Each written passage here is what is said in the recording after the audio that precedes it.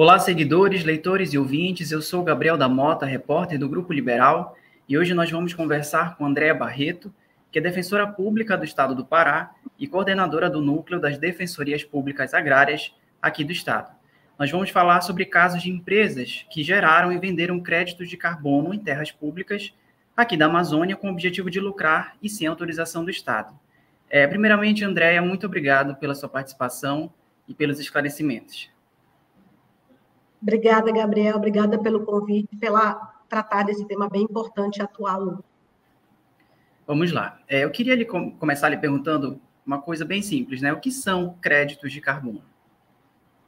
Bom, para entender este mercado, né, que é do mercado, especificamente do mercado voluntário, precisa entender que nós temos empresas e organizações hoje que desenvolvem atividades que são consideradas poluidoras de emissão de gases de efeito estufa, e muitas dessas empresas buscam no mercado voluntário, porque o Brasil ainda está no processo de regulamentação do mercado obrigatório, a possibilidade de compensar essas emissões. Então, esses projetos podem ser diversos, e no caso específico nós estamos tratando de projetos de RED, chamado projetos de RED+, que é destinado à redução dessas emissões de gases de efeito estufa e que tem como objeto áreas florestáveis. Então, em síntese, né, para que o público da Liberal entenda, é como se ele buscasse uma área, faça a proteção ambiental desta área, com uma série de mecanismos de proteção, para que ele, a partir desta proteção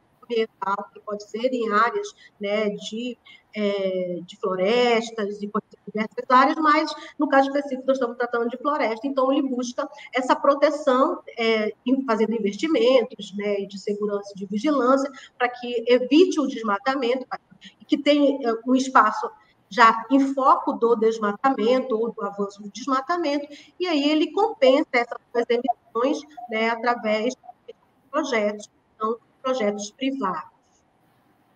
Entendi. E o que caracteriza um território de uma comunidade tradicional?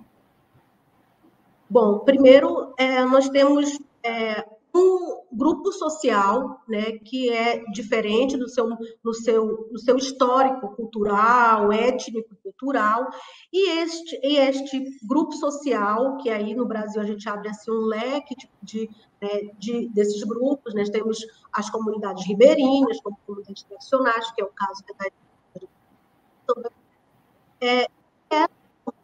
ela tem uma forma de uso diferenciado. Então, enquanto nós, nas nossas casas, nós temos um espaço delimitado, né, de uso da terra, nas comunidades tradicionais o uso ele é coletivo. Então, uma das características desse território tradicional é que nós não temos cercas separando uma propriedade como uma propriedade privada. Nós temos espaços coletivos que pode ser do uso do rio, do uso da terra, do uso da floresta, e, portanto, este espaço, este uso, ele é tradicional, ele já vem aí de gerações por gerações e se mantém nos dias atuais. E esses espaços, eles podem ser protegidos e devem ser protegidos pelo poder público, pelo Estado, através de criações pode ser unidade de conservação, pode ser áreas de projetos de assentamento agroextrativista. Então, esses territórios, que a gente fala de territórios tradicionais, ele pode vir a ter juridicamente diversas formas de proteção, mas o sujeito e o modo de uso da terra é o que caracteriza aí esse espaço como tradicional. Certo. Agora eu queria entender como é que estão as investigações que foram iniciadas em julho do ano passado, né, quando a Defensoria Pública levou à justiça casos de empresas que geraram e venderam créditos de carbono nessas terras públicas aqui da Amazônia. Quantas ações foram ajuizadas e como é que está o andamento dessas investigações? Bom, nós concluímos o procedimento administrativo instaurado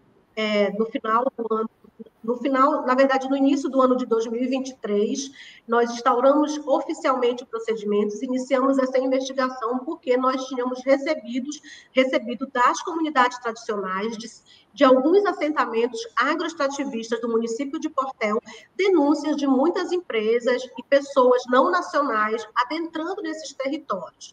Com isso, nós iniciamos um processo de análise, porque eram muitas empresas, né, e muitos projetos envolvidos, então nós fizemos uma análise dos projetos, dos quais 3 foram submetidos à certificadora internacional. E nesta análise do procedimento administrativo, nós concluímos que empresas nacionais, pessoas físicas e pessoas naturais, pessoas jurídicas, estabeleceram projetos sobrepostos aos projetos de assento, projetos, né, que destinados à venda destes créditos no mercado internacional, certificador a partir da certificação internacional de uma certificadora localizada nos Estados Unidos. Então, nós concluímos que esses projetos todos são ilegais, né? Portanto, as investigações foram concluídas e, com isso, surgiram a propositura de 4 ações judiciais que correspondem aos 4 projetos. E aí nós temos aí diversas empresas envolvidas, entre empresas norte-americana, empresa britânica, empresa canadense, com sede no Canadá, e também no Brasil, e pessoas físicas envolvidas. E nessa conclusão também, nós identificamos, na análise dos projetos, que foram usadas matrículas imobiliárias. Na verdade, identificamos 50 matrículas imobiliárias. O que seriam essas matrículas imobiliárias? Todos nós temos a nossa certidão de nascimento, enquanto pessoas, né? E o imóvel rural, ou a propriedade, ela também tem essa certidão de nascimento. Isso a gente chama de matrícula. Só que essas matrículas, essas certidões estavam sobrepostas em terras públicas e, portanto, objeto da grilagem de terras públicas e, portanto, nós concluímos que o projeto estava em áreas do Estado, né, com envolvimento de documentos que não têm validade no campo do direito, no campo jurídico, matrículas que foram canceladas pelo cartório. Então, nós judicializamos essas 4 ações judiciais que ainda estão em trâmite. Quais foram as empresas envolvidas?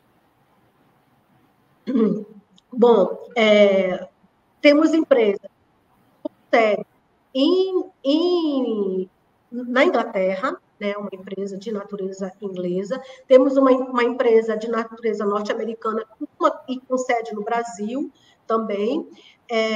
Temos como réu o representante desta empresa, porque ele se diz comprador destas áreas, de um brasileiro, que também é réu nesta ação, e todos que foram identificados como nas negociações também foram incluídos como réus. Isso significa o município do Portel também é réu nesta ação, porque ele também emitiu atos administrativos favorecendo essas empresas, e uma outra empresa também com sede no Canadá, que configura, na verdade, como proponente dos projetos. Então, todas as empresas identificadas como proponentes do projeto, assim como os negociadores das terras e aqueles que se diziam proprietários, foram requeridos na ação.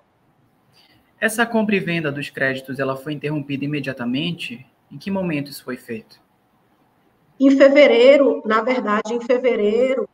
nós instauramos o procedimento e encaminhamos a portaria de instauração para a certificadora internacional, e neste momento, logo após a certificadora prestar as informações, neste momento a certificadora já suspendeu a certificação internacional. Significa que os proponentes do projeto, os donos do projeto, já não tinham mais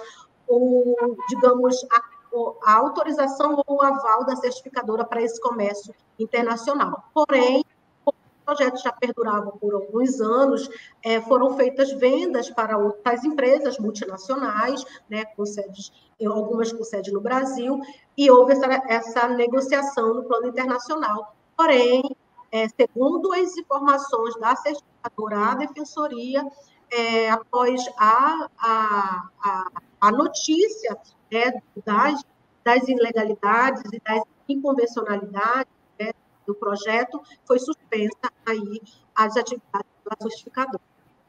Em fevereiro desse ano, certo? Em fevereiro do ano passado. O procedimento ele foi de fevereiro, ele foi instaurado no início do ano de 2023, e com a instauração do procedimento, como é procedimento de praxe na instituição, a gente encaminha para todos os interessados para prestar essas informações. Tanto que nessas informações nós excluímos uma das empresas que eram apontadas como proponente, porque ela já tinha transferido o projeto e ela trouxe elementos aí para exclusão do procedimento, portanto, ela não é renação. Então, quando ocorre a intimação da certificadora, ela presta as informações e aí é nesse momento que ela suspende a certificação. Deu uma congelada, né?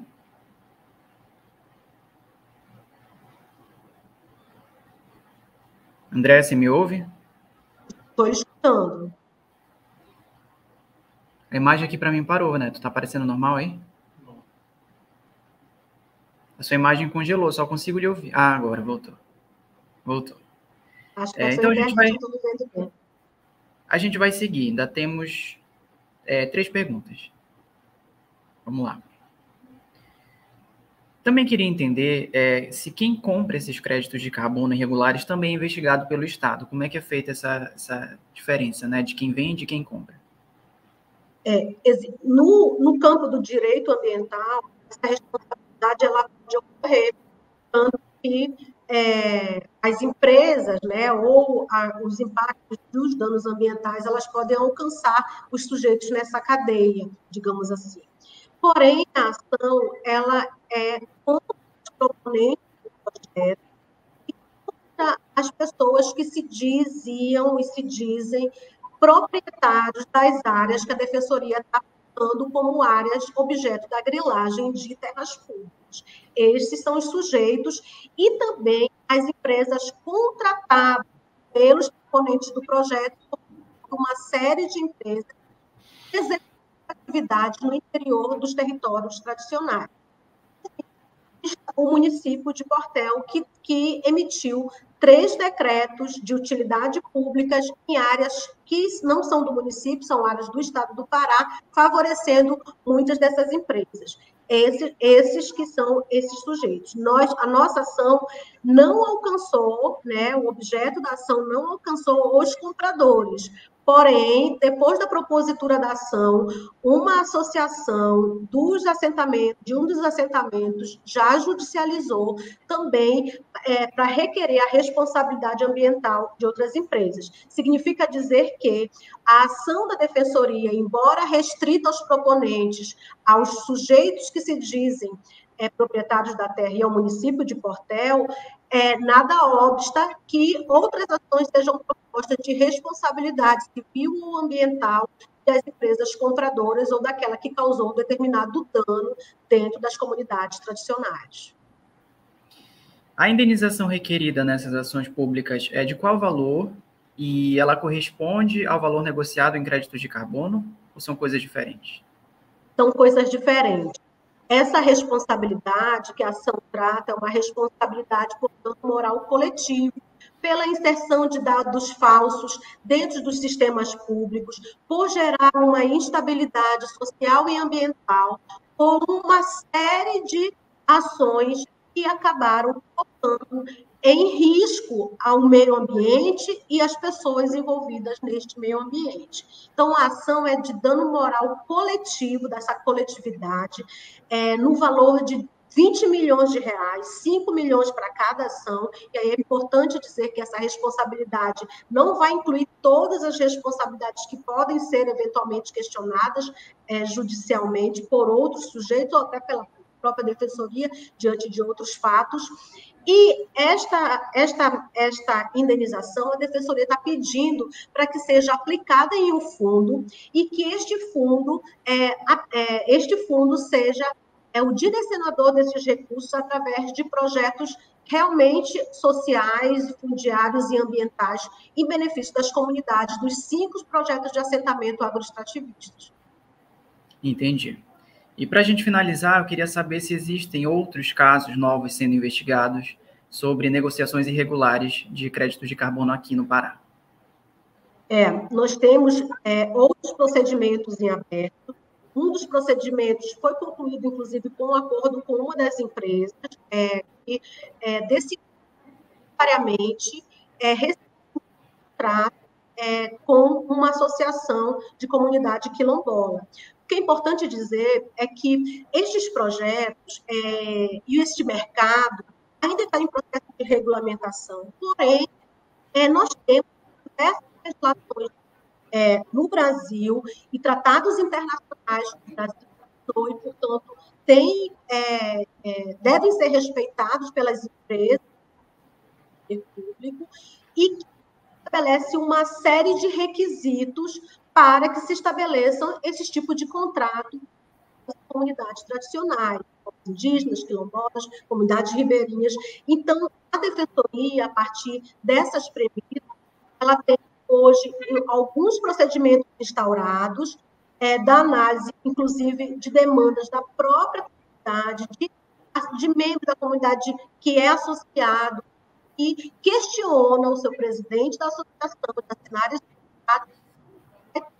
uma implicação aí de 30, 40 anos de inviabilidade, inclusive de algumas atividades. Então, isso chega à Defensoria, a Defensoria instaura o procedimento e, além dessas 4 ações, nós já conseguimos, por um acordo extrajudicial, inclusive, finalizar um dos procedimentos, porque a empresa acordou em rescindir, fazer o distrato deste contrato, ou seja, eliminar o contrato, e ainda temos alguns procedimentos em abertos, ainda pendentes de conclusão. E aí a conclusão pode ser este do arquivamento, a partir, se estiver resolvida a demanda, ou a possibilidade de uma ação judicial, tal como foi judicializado nesses 4 casos que eu relatei. E o que se pode dizer sobre esses casos? São empresas brasileiras também, multinacionais? Ou o que se pode dizer, né, sobre essas investigações em andamento? Resumidamente, nós temos muitas empresas que são ainda tentando entrar neste mercado, empresas de locação de veículos, por exemplo, que tentam entrar no mercado que o seu próprio objeto social não corresponde. Nós temos também casos de empresas com mais histórico, de atuação nesse tipo de projeto, e, portanto, existe uma variedade aí desses projetos, que a gente está analisando.